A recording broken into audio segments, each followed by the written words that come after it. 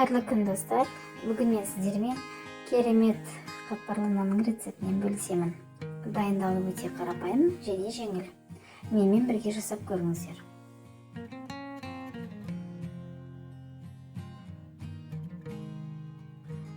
Ең алдымен қайнаған 200 грамм су, 150 грамм сүт, 1 шай қасықтан қант, тұз, аштығы және 550-600 грамм оны 2 бөліп салып, орташа жұмсақтықта нан илейміз. 10-15 минуттай тұндырамыз. Әрі қарай нанымызды 3-4 бөлікке бөліп, жұқа етіп нанымызды жайып шығамыз.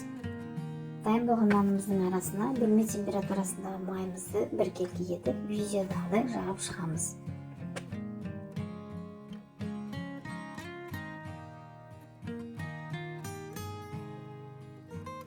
Енді нанымыздың бір бетін ортасына дейін қайырамыз және май жағамыз.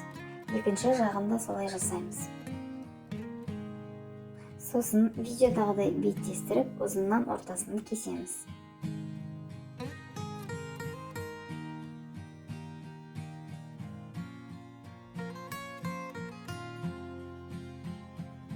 Әрі қарай бір бөлігін ораймыз, сосын екінші нанды жалғастырып ораймыз.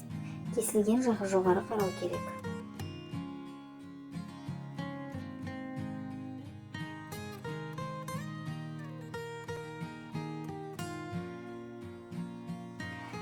Нанымызды оқтаумен жаямыз.